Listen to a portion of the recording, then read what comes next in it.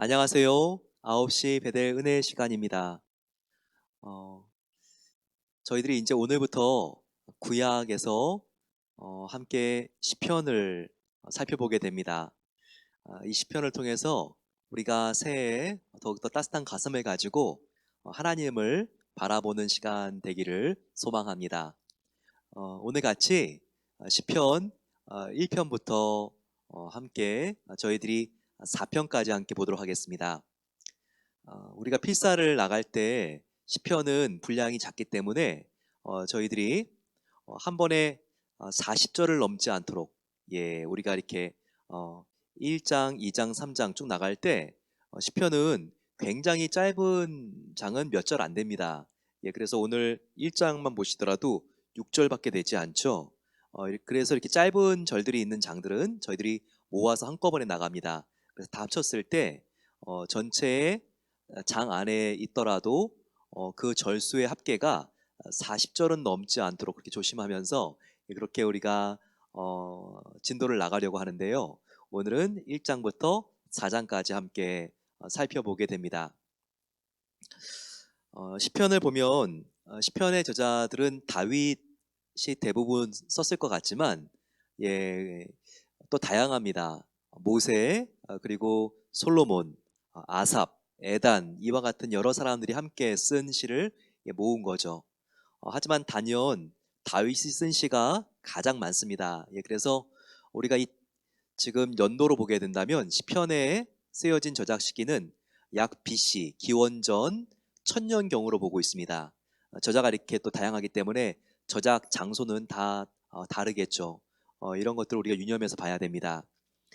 또 쓰여진 시대도 지금 이 다윗뿐만 아니라 또 모세가 쓴 것도 있고, 그리고 한참 후에 어, 포로기 때 그때 쓰여진 시도 있기 때문에 굉장히 이 레인지가 그 시편에 가장 오래전에 쓰여진 시와 그리고 최신에 쓰여진 시가 아주 긴 기간 안에 이렇게 지금 분포되어 있고 분산되어 있는 것을 우리가 보게 됩니다. 하지만 초점과 주제는 하나예요. 그것은 하나님에 대한 변함없는 신뢰를 모든 이 시편의 저자들은 노래하고 있어요. 하나님에 대한 변함없는 사랑과 신뢰, 그리고 이 세상에 악이 관영하는 것 같지만 결국은 정의로우신 하나님께서 승리로 이끄신다. 바로 이것이 바로 이 시편의 핵심 주제라는 것을 우리가 알 수 있습니다. 또 이 시편은요, 1권, 2권, 3권, 4권 이렇게 쭉 권에 따라서 많은 시편들이 함께 묶여져 있습니다. 그런데 앞에 있는 시편은요, 조금 더 현실적이라는 것을 우리가 보게 되고요. 뒤에 4권, 5권으로 가게 되면 훨씬 더 현실을 넘어서 이상적입니다. 그리고 앞에 있는 시편들은 주로 현재의 사건과 소재들을 다루고 있다면 뒤로 갈수록 훨씬 더 영적이 되고 그리고 종말 그리고 먼 미래에 대하여 함께 다루는 그런 방향의 전환들이 이렇게 권수마다 차이가 있습니다. 우리가 이런 것들을 참고로 알고 같이 시편 1편으로 들어가겠습니다. 시편은 그야말로 포이트리 문학 장르로 시체죠.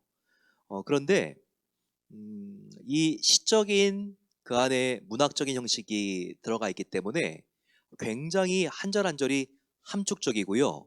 또 기도문입니다. 그래서 우리가 이 시편을 필사하다 보면요, 기도문을 쓰는 것과 같은 느낌을 받을 수 있어요.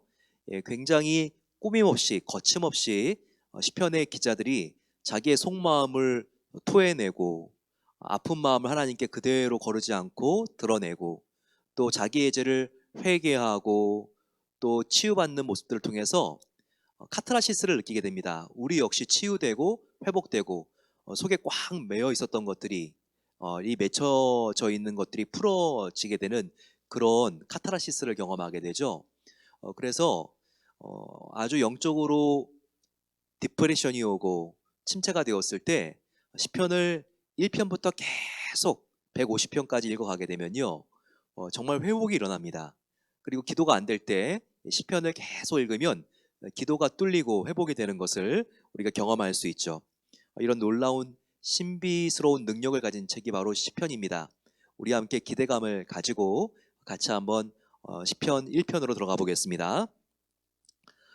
1절 복 있는 사람은 악인들의 꾀를 따르지 아니하며 죄인들의 길에 서지 아니하며 오만한 자들의 자리에 앉지 아니하고 복 있는 사람이라고 하는 시편입니다.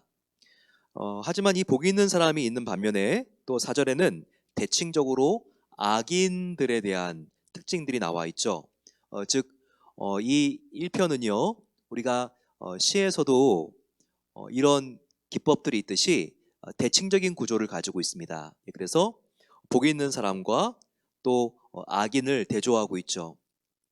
복이 있는 사람은 이렇게 죄와 악을 따르지 않고 그 대신에 여호와의 말씀, 율법을 즐거워하여 주야로 그의 말씀을 묵상하는 자로다라고 말하고 있습니다. 자, 복 있는 사람이 누구라고요? 막 재산이 막 증식되고 무병장수하고 이런 사람이 복 있는 사람이 아니라고 말하고 있습니다. 이 세상에 성공과 출세를 우리가 복 있는 사람의 기준으로 삼을 수 없습니다. 복 있는 사람은 지금 여러분들처럼 하나님의 말씀을 사랑하고 그래서 그 말씀을 들을 수 있는 자리를 좋아하고 또 그 말씀을 필사하고 그 말씀대로 살려고 한번 발버둥 쳐보고 그 말씀을 따라 살기를 힘쓰는 바로 말씀과 더불어 살아가는 사람이 가장 복된 사람이다. 이것을 다윗은 알았고 이렇게 고백하고 있습니다. 또 이 말씀은 예수님이잖아요. 말씀과 더불어라고 하는 것은 예수님과 함께라고 하는 말 아닙니까? 정말 두말할 것도 없이 일상적으로 성공한 사람이 아니라 말씀과 가까이 있고 그 말씀이 항상 마음을 고동치고 있고 또 죄를 지으면 말씀이 우리를 훈계하고 또 우리 마음속에 교만하려고 하려면 이 말씀이 우리를 절제하게 하고 또 우리 마음이 실패로 낙심되어 있으면 다시 이 말씀이 기운을 얻게 해주는 바로 이 말씀의 사람이 복 있는 사람이라는 것입니다. 이 복 있는 사람은 말씀을 사랑하는 사람인데 여기서 아주 그 사람을 아름답고 멋진 자연의 한 생물체로 비유하고 있습니다. 바로 그것은 시냇가에 심은 나무입니다. 3절 시냇가에 심은 나무. 이 나무는 특징이 철을 따라 열매를 맺는다는 거예요. 이스라엘은 비가 많이 오는 겨울철 우기도 있지만 또 비가 정말 한 번도 내리지 않는 그런 아주 목마른 가뭄의 계절이 있습니다. 하지만 시절을 따라 푸르른 나무가 있어요. 그것이 바로 시냇가에 심은 나무인데 왜 그렇습니까? 비결은 바로 시냇가에 심은이라고 하는 바로 이 수식어에 있습니다. 보통 나무가 아니라는 거예요. 이 나무는 어디에 뿌리를 대고 있냐면 바로 그 아래에 있는 시냇가 지하수에서 이렇게 물을 끌어올리는 나무라는 겁니다. 그래서 주위에는 사막이에요. 주위에는 풀 한 포기가 없어요. 주위에는 소가 배고파서 말라 죽은 시체가 이렇게 있을 수 있지만 정말 이상한 것은 이 나무는 푸르단 말이에요. 또 푸르를 뿐만 아니라 계절을 쫓아서 항상 변함없이 너무나 탐스러운 열매까지 맺고 있다고 여기서 말하고 있습니다. 잎사귀도 마르지 않죠. 그 비결은 보이지 않지만 그 나무의 뿌리를 깊이 바로 지하수가 흐르는 곳까지 내리고 있기 때문이죠. 이런 나무들을 우리는 오레곤이나 한국에서 보기는 힘들지만 바로 광야가 있는 사막이 있는 이스라엘에서는 어렵지 않게 볼 수 있습니다. 한 나무만 사막인데 푸르르고 열매가 있는 거예요. 그러면 무엇을 짐작할 수 있죠? 이 나무가 뿌리를 바로 그 아래에 있는 물이 흐르고 있는 지하수에 대고 있구나. 이것을 우리가 알 수 있는 거죠. 마찬가지입니다. 인생에도 가뭄이 올 수 있죠. 질병으로, 사고로, 어려움으로 숨이 턱턱 막힐 것과 같은 힘든 시간이 있습니다. 하지만 우리 영혼의 뿌리, 촉수를 바로 지하에 있는 지하수에 뿌리를 대고 있는 시냇가에 심은 나무처럼 우리도 하나님의 말씀, 은혜에 대고 있다면 우리 영혼을 통해서 바로 말씀에서 길어 올려지는 찬양과 예배와 기도를 통하여 길어 올려지는 하나님의 은혜를 우리 영혼이 빨아들일 수 있다는 거예요. 예, 그러면 우리 영혼이 환경에 눌리지 않습니다. 환경을 초월해서 하나님이 기쁨이 되는 삶을 우리가 생기 있게 살아나갈 수 있다는 것이죠.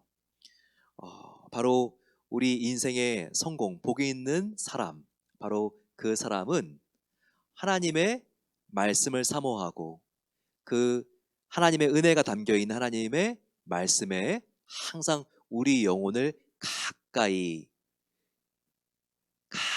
우리 영혼을 연합시키고 하나님 말씀과 일체가 되기 위하여 힘쓰는 자인 것입니다. 하지만 악인은 그렇지 않아요. 자, 악인은 정말 여기 나와 있는 표현으로 오직 바람에 나는 겨와라 그랬어요. 그러니까 복 있는 사람은 형상화하고 있는 바로 그 은유하고 있는 생물체가 시냇가에 심은 나무입니다. 하지만 악인은 뭐라 그랬죠? 바람에 나는 겨. 바람에 나는 겨와 시냇가에 심은 나무를 한번 비교해 보시고 대조해 보세요. 큰 차이가 있죠. 가장 큰 차이는요, 바로 그 안에 생명의 알맹이가 있느냐 없느냐입니다. 어렸을 때 아버지들이 이렇게 아니면 손님들이 사과 같은 것들을 괴짝에 넣어가지고 이렇게 가져오지 않습니까? 예, 그러면 그 안에 쌀겨 같은 게 있죠. 어렸을 때 정말 처음에는 사과가 많이 있기 때문에 살겨에 손만 집어넣어도 이렇게 그 사과 상자 안에서 아주 새빨간 맛있는 사과가 나오는 것을 이렇게 느낄 수 있는데 나중에 많이 먹으면 아무리 휘저어도 사과가 잡히지가 않아가지고 좀 섭하고 안타까워했던 기억이 납니다. 한국은 그렇게 사과들을 이전에 팔았죠. 근데 거기 보면요, 사과 옆에 사과 상하지 말라고 넣어놓는 거, 채워놓는 게 바로 겨죠. 근데 그 겨는요, 이제 농사를 지은 다음에 수확한 다음에 알곡은 다 이제는 곡강 안에 넣어놓고 그 껍데기만 이렇게 지금 따로 보관하는 거 아닙니까? 그래서 훅 불면 날아가죠. 그 안에 생명이 있는 알맹이가 없으니까, 겨만 있으니까. 예, 뭔가 생명이 있는 듯 하지만 생명이 없는 빈 껍데기. 예, 바로 이 모양새가 딱 악인의 모습이라는 거예요. 그리고 악인의 최후를 보여준다는 거예요. 우리가 하나님의 말씀에 더 가까이 가지 않으면요, 생명이 있는 듯하지만 사실 생명이 하나도 없습니다. 마지막 날 바람이 불게 되면요, 시련이 오고 질병이 생기고 또 갑작스럽게 사고가 나고 관계에 배신과 어려움과 위기가 오게 되면요, 심판을 악인은 견디지 못합니다. 그 안에 생명이 없기 때문에. 그래서 환경을 뛰어넘는 자가 아니라 환경에 눌리고 지배받는 자가 되는 것이죠. 그렇기 때문에 악인은 심판을 견디지 못하지만 복 있는 자, 바로 의인은 여호와께서 인정하시고 하나님께서 기뻐하시는 형통한 삶을 살게 된다. 바로 이 말씀을 꼭 기억해야 됩니다. 즉 1장에 보게 되면 복 있는 자는 의인으로 표현되어 있고 그리고 시냇가에 심은 나무와 같은 자입니다. 하지만 악인은요, 그렇지 않습니다. 그는 바람에 나는 겨와 같이 결국은 망하게 됩니다. 겉보기에는 지금에는 그럴싸 보이고 잘 되는 것 같지만 전혀 하나님과 떠나 있는 사람, 하나님과 관계된 사람은 부러워할 필요가 없어요. 예, 그 마지막은 정말 가장 비참한 심판이 기다리고 있기 때문입니다. 2장으로 가게 되면요, 이 1장과 2장이 사실 이어져 있는 시편이라고 생각해 본 적이 있습니까? 하지만 이어져 있습니다. 자, 2장 우리가 어떻게 이어져 있는가 한번 보면요. 1장 1절을 보세요. 1편 1절. 복 있는 사람은이라고 시작하죠. 2편 마지막 절 한번 보시게 되면 12절에 여호와께 피하는 모든 사람은 다 복이 있도다. 예. 1장의 시작과 2편의 마지막이 다 이 복으로 끝나고 있죠. 복으로 시작하고 있고 복으로 끝나고 있죠. 이게 이어져 있다는 증거입니다. 2장을 보면요. 이 안에 왕의 임직식과 같은 모습이 나와 있습니다. 왕의 임직식. 얼마 전에 미국 대통령의 취임식도 있었죠. 거기에 여러 가지 군악대도 또 특성을 부르는 축가들이 이렇게 있죠. 그것처럼 이 2편도 보게 되면 지금 축가들이 여러 그룹에서 왕의 임직식 날 이렇게 불려지고 있는 것입니다. 그런데 여기 있는 왕은 누구인가? 다윗 왕이라고도 볼 수 있고요. 또 하나 다윗의 이제는 후손이지만 사실 다윗이 섬긴 바로 메시아 예수 그리스도라는 것을 우리가 볼 수 있습니다. 그래서 이 시편 2편 7절 보게 되면요. 이르시되 너는 내 아들이라 오늘 내가 낳았도다. 바로 사도 바울이 사도행전 13장에서 예수님에 대하여 전도할 때 바로 이 시편을 그대로 인용했습니다. 사도행전 13장에서 사도 바울이 예수님에 대한 설교를 하면서 복음을 전할 때 바로 시편 2편 7절 너는 내 아들이라 오늘 내가 너를 낳았도다. 이와 같은 표현을 써서 복음을 전하고 있어요. 여기서 지금 말하고 있는 자는 7절에 하나님입니다. 그리고 내 아들이라 너는 누구죠? 그러면요 예수 그리스도죠. 바로 하나님께서 예수님을 아들이라고 부르면서 내가 너를 낳았도다. 이렇게 하나님께서 예수님을 향해서 말하고 있는 바로 그 말씀이 여기에 표현되어 있다고 볼 수도 있는 것입니다.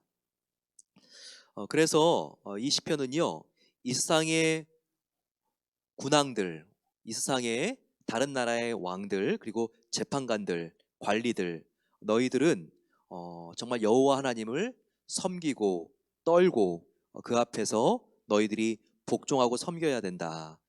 만왕의 왕은 바로 하나님께서 내정하신 유일한 왕, 이스라엘의 왕이시다. 그리고 그분은 궁극적으로 예수 그리스도 메시아다라는 것을 예수님이 태어나시기 전에 약 1000년 전에 이렇게 이 편에서 표현하고 있습니다. 그래서 이 2편도요 메시아가 다시 오실 것을 예언하고 있는 메시아의 시편 중에 하나라고 볼 수도 있습니다.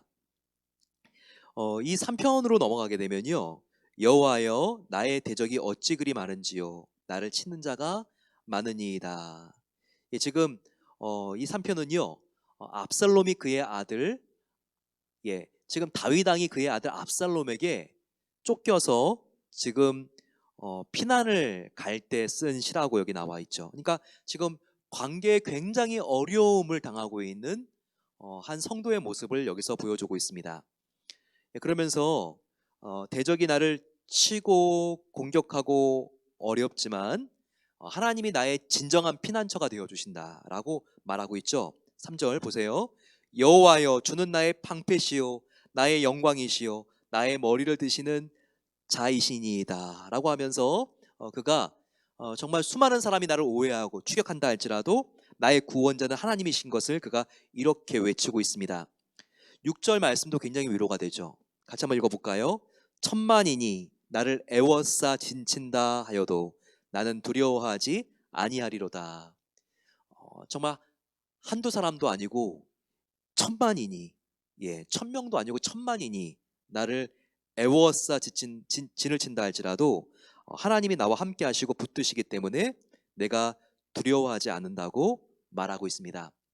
하나님은 얼마나 강하신 장수 워리어인가. 자, 마치 사자를 제압하는 삼손과 같은 모습으로 하나님의 전능하심을 보여주고 있죠. 7절입니다. 주께서 나의 모든 원수의 뺨을 치시며 나의 모든 원수의 뺨을 치시고 악인의 이빨을 꺾으셨나이다. 구원은 여호와께 있사오니 주의 복을 주의 백성에게 내리소서. 이렇게 맞춰지고 있습니다. 아무리 저와 여러분들을 힘들게 하는 사람이 있고 또 이 세상에 정말 가혹한 질병이 우리를 누른다 할지라도 하나님이 우리와 함께 하십니다. 하나님은 모든 질병과 사고의 이빨을 꺾어버리시고 그리고 뺨을 치시고 우리를 보호하시는 하나님이시죠. 그렇기 때문에 여기 나와 있는 대로 천만인이 우리를 포위한다 할지라도 우리가 하나님 안에 있으면 두렵지 않은 것입니다. 마지막 사편 말씀을 우리가 보겠습니다. 사편도 역시 다윗의 시입니다. 그런데 다윗이 정말 어려움 속에 있습니다. 사편도 보시게 되면 내가 곤란 중에 있사오니, 곤란 중에도 나를 너그럽게 하셨사오니 내게 은혜를 베푸사 나의 기도를 들으소서. 곤란 중에 하나님께 지금 간절히 기도하고 있는데 이 기도를 하나님께서 들어주실 줄로 믿습니다. 다윗은 이렇게 믿음으로 하나님께 나아가고 있습니다. 그러면서 하나님께서 경건한 자, 의로운 자를 구원해 주시고 돕는 것을 다윗은 의심하지 않습니다. 3절 여호와께서 자기를 위하여 경건한 자를 택하신 줄 너희가 알지어다. 내가 그를 부를 때 여호와께서 들으시리이다. 저와 여러분들은 앞에 있는 사람이 얼마나 무서운가 문제가 큰 게 문제가 아니라 하나님과의 관계가 바르게 돼 있는가 이것만 점검하면 됩니다.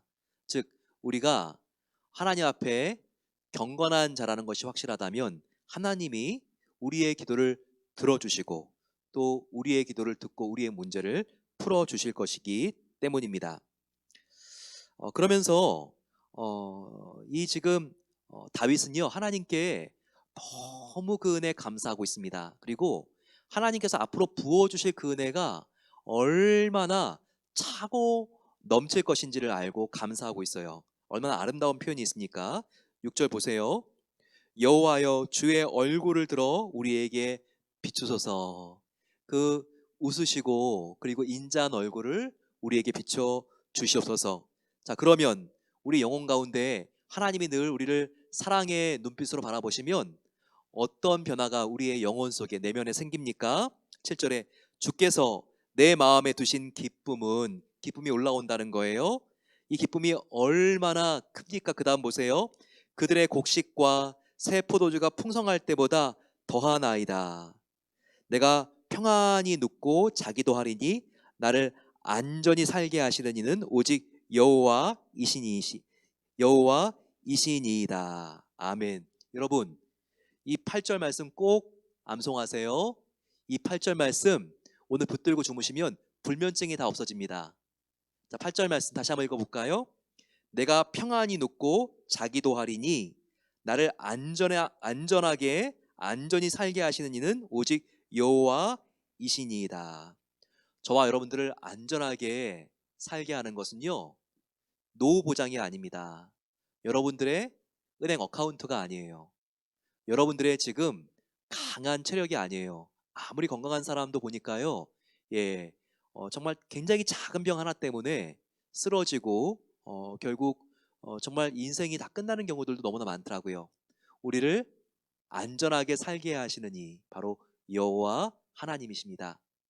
그분이 내 안에 내가 주님 안에 있는 것만 우리가 확실하게 믿는다면 우리는 평안히 눕고 자기도 하고 그리고 기분 좋게 또 내일이 어떤 일이 생길까 설레이면서 일어날 수 있습니다. 그와 같은 사람의 마음은요 여기 나와 있는 것처럼 곡식과 새 포도주가 풍성할 때보다 잔치집이죠. 항상 그 마음이 잔치집이라는 거예요. 기쁨과 만족과 은혜가 가득하다는 거예요. 바로 어떤 사람? 하나님이 내 안에 거하시는 것을 믿는 사람. 그 사람이 그 상태에서 누릴 수 있는 기쁨. 그 기쁨은 이 세상에서 가장 멋진 잔치가 열리는 것보다 더 큰 기쁨이라는 것입니다. 여러분 이 시간 이와 같은 은혜를 주신 그 하나님께 감사하면서 우리가 시냇가에 심은 나무와 같은 삶을 살게 해달라고 기도하겠습니다. 정말 주님, 내가 복이 있는 사람이 되어서 내가 말씀을 더 사랑하겠습니다. 말씀 가까이에 가겠습니다. 우리 이런 마음을 가지고 같이 이 시간 주여 함께 부르짖고 기도하겠습니다. 주여, 은혜로우신 아버지 하나님 감사합니다. 오늘 복이 있는 사람이 이 세상에서 성공하고 출세한 사람이 아닌 것을 알게 하시니 감사합니다. 이 세상에서 지위가 높은 사람이 복 있는 사람이 아닌 것을 알게 하시니 감사합니다. 이 세상에 복 있는 사람, 시냇가에 심은 나무와 같은 사람입니다. 아버지 하나님, 이와 같은 하나님 앞에서의 의인은 정말 생명의 말씀 앞에 사람입니다. 그래서 아버지, 회개의 눈물을 흘리는 사람, 또 하나님의 은혜를 갈망하고 목말라 하는 사람이 가장 복 있는 사람인 것을 알게 하시니 감사합니다. 2021년 새해 아버지, 우리가 이렇게 복 있는 사람이 되게 하옵소서. 주님의 말씀을 더욱 사랑하게 하여 주시고, 이 말씀을 내가 필사하고 있고 암송하고 있고 이 말씀대로 살고 있다면 주님, 다른 데에 행복의 파랑새가 있는 것이 아니라 아버지, 바로 이곳에 하나님의 말씀을 사랑하고 있는 바로 이 자리에 하나님의 놀라운 축복이 있는 것을 믿습니다. 아버지, 이렇게 우리가 더욱더 하나님 깊이 우리의 영혼에 뿌리를 내리게 하여 주시고, 아버지, 힘들고 어려울 때일수록 다른 데에 두리번거리지 않기로 원합니다. 더욱더 우리가 기도의 샘, 은혜의 샘을 더욱더 깊이 파들어갈 수 있도록 하나님 은혜를 베풀어 주시옵소서. 아버지 하나님, 이 시간 간절히 기도합니다. 우리가 하나님 안에 있을 때 아버지, 그 기쁨이 얼마나 큰지를 알게 하옵소서. 이 세상에 다른 데 기쁨이 있는 것이 아니라 하나님 안에 기쁨이 있습니다. 그 기쁨은 곡식과 새 포도주로 풍성한 잔치집보다 훨씬 더 더하다고 말씀하셨사오니 아버지 하나님, 더욱더 주님과 깊이 사귀는데, 교제하는데 우리가 1순위를 둘 수 있도록 도와주시옵소서. 우리 아버지 하나님, 우선순위가 먼저 눈을 떴을 때 하나님께 나아가 기도하는 것이 되게 하여 주시고, 하루를 마쳤을 때 아버지 은혜의 시간에 이 시간 함께 기도하는 것이 우리의 가장 큰 기다리는 시간이 될 수 있도록 하나님께서 은혜 주시기를 기도합니다. 아버지 하나님, 그 어떤 연속극보다도 저희들 이어진 하나님의 말씀이 더욱더 꿀송이보다 달고, 아버지 하나님 말씀이 더욱더 기쁘며, 우리가 아버지 하나님 하나님의 사랑에 중독되기를 소망하오니 더욱더 아버지 말씀과 기도와 예배와 찬양으로 더욱더 우리가 가까이 갈 수 있는 새해가 될 수 있도록 은혜를 베풀어 주시옵소서. 이 시간 저희들 한 번 더 기도할 때 다윗과 같이 저희들 너무나 어처구니 없는 일을 당하고 오해를 받고 인간관계로 힘들고 어려운 분들이 계십니까? 아니면 과거에 이와 같은 사람이 있었기 때문에 자꾸 악인들로 인한 상처가 되살아나서 마음이 힘들고 어려운 분들 계십니까? 하지만 아무리 힘들어도 자기의 가장 사랑을 부었던 아들 압살롬에게 반역을 당해서 피하고 도망가고 있는 다윗보다 더 상처가 많이 나 있겠습니까? 하지만 정말 이 다윗은 하나님께 나아가서 그 모든 상처를 하나님 안에서 다 치유받았습니다. 하나님 안에 치유가 있습니다. 저희들 하나님 안에 모든 인간관계의 어려움을 풀 수 있는 열쇠가 있습니다. 악인들이 나를 애워싼다 할지라도 하나님 안에 있사오니 내가 두려워하지 아니하리로다. 이 시간 저희도 우리의 방패가 되시고 우리의 정말 모든 산성이 되신 하나님께 나아가 아버지, 내가 걱정하지 않고 모든 문제를 하나님께 맡기겠습니다. 이 인간관계의 어려움도 주님께서 해결해 주실 줄로 믿습니다. 같이 한번 주여 함께 부르짖고 기도하겠습니다. 주여, 아버지 하나님, 하나님의 은혜 감사합니다. 이 시간 아버지 하나님, 다윗이 힘들고 어려운 상황 속에서도 하나님을 바라보고 이렇게 기도합니다. 아버지 하나님, 우리가 정말 하나님 앞에 나아가 우리의 어려움과 인간관계의 아버지 하나님, 힘들고 어려운 순환과 어이없음을 하나님께 아버지 내어놓사오니 아버지 하나님, 원수 갚음이 우리에게 있는 것이 아니라 하나님에게 있는 것을 아버지 우리가 알게 하여 주시고 모든 것을 하나님께 맡기기를 소망합니다. 우리가 하나님께 맡길 때 주님께서 모든 아버지 원수의 뺨을 치시고 악인의 일을 꺾으신다고 하셨습니다. 아버지 하나님, 우리가 정말 하나님 앞에 심판자이신 하나님인 척을 하지 않도록 도와주시고 우리는 판단하지 않고 모든 문제를 하나님께 맡깁니다. 모든 것들을 공의로 정상화되게 하여 주시고 모든 것들을 공의로 회복시켜 주시는 주님이 이루어 주시는 것들을 알게 하여 주시고 아버지 하나님께 더욱더 맡길 수 있도록 도와주시기를 기도합니다. 아버지, 또한 우리가 로마서 12장 말씀과 같이 악으로 악을 이기는 것이 아니라 사랑으로 주님 선으로 아버지 하나님 악을 이기기를 소망합니다. 아버지 하나님, 우리들 마음속에 하나님께서 은혜를 주시고 하나님께서 우리를 위로해 주시고 하나님께서 우리를 용서해 주시고 우리 용납해 주시는 그 은혜를 기억하며 아버지 우리 주위에 상처를 입힌 사람들 주님의 사랑으로 아버지 하나님 바라보며 오히려 그들을 아버지 긍휼히 여길 수 있는 마음을 불쌍히 여길 수 있는 마음을 가질 수 있도록 하나님께서 우리 시각에 변화를 주시기를 기도합니다. 아버지 하나님 주님께서 함께하여 주소서. 아버지 나를 천만이 에워싼다 할지라도 하나님이 우리와 함께하여 주시니 우리가 두려워하지 않습니다. 우리의 방패와 우리 아버지 하나님 산성이 되시고 피난처가 되시는 분이 하나님이시오니 우리가 주님 안에서 아버지 하나님 정말 항상 감사하며 주눅드는 것이 아니라 항상 머리를 들고 하나님 기뻐하시는 삶을 당당하게 살아낼 수 있도록 은혜를 베풀어 주시옵소서. 사랑의 아버지 하나님 감사합니다. 오늘 이 시편 말씀을 통하여서 우리가 하나님 앞에 얼마나 복이 있는 자라는 것을 알게 하시니 감사합니다. 아버지 이 세상에 그 어떤 세계적인 기업의 총수도 하나님이 없으면 천국에서 거지보다 더 초라한 자입니다. 하지만 우리가 이 세상에 실패하고 이 세상 사람들이 몰라준다 할지라도 하나님 안에 우리가 있으면 복이 있는 자이고 하나님이 가장 기뻐하시는 자인 것을 우리가 오늘 깨닫고 감사합니다. 복이 있는 자가 되어서 이 세상에 그 어떤 사고와 고난이 닥친다 할지라도 시냇가에 심은 나무와 같기 때문에 우리의 영혼을 하나님의 은혜가 담겨있는 말씀과 기도와 예배에 더욱더 우리가 내림으로써 그 놀라운 파워와 힘과 은혜와 활력을 길어 올릴 수 있는 한 해가 될 수 있도록 은혜 베풀어 주시옵소서. 아버지 하나님 주님이 내 안에 내가 주님 안에 거할 때 우리 마음속은 성령님과 함께 벌리는 가장 아름답고 황홀한 축제가 이루어집니다. 곡식과 새 포도주의 풍성할 때보다 더한 축제를 성령님과 함께 날마다 누리는 하나님과의 사귐이 있을 수 있도록 은혜를 베풀어 주시옵소서. 우리를 안전하게 살게 하시는 이는 오직 여호와 하나님인 것을 알고 감사하는 그런 새해가 될 수 있도록 하나님께서 우리의 마음을 주님만을 향할 수 있도록 고정시켜 주시옵소서. 이제는 우리 주 예수 그리스도의 은혜와 하나님 아버지의 놀라운 사랑하심과 성령 하나님의 함께하심이 하나님께 모든 것을 맡기며 나아가는 성도의 마음속은 항상 천국인 것을 믿고 그 기쁨을 마음껏 누리기를 소망하는 모든 복된 성도들 위해 이제로부터 영원까지 함께하시기를 축원하옵나이다. 아멘.